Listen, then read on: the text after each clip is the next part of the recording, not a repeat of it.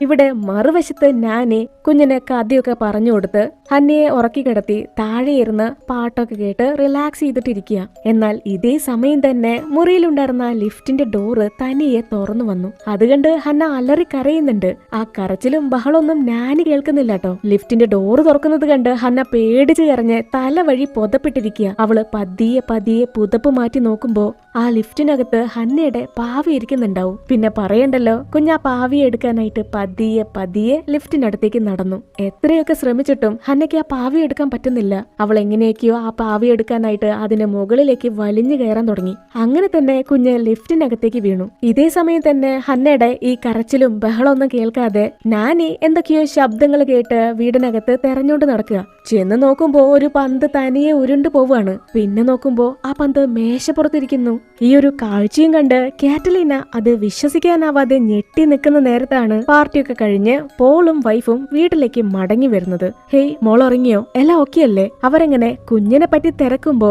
പെട്ടെന്ന് മുകളിൽ നിന്ന് ഹന്ന അലറിക്കരയുന്ന ശബ്ദം കേൾക്കാം. രണ്ടുപേരും പേടിച്ച് വെപ്രാളപ്പെട്ട് മുറിയിലേക്ക് ഓടി ചെന്നെങ്കിലും ആ മുറിയില് ഹന്ന ഉണ്ടായിരുന്നില്ല. എവിടെ തെരഞ്ഞു നോക്കിയിട്ടും കുഞ്ഞിനെ കാണുന്നില്ല.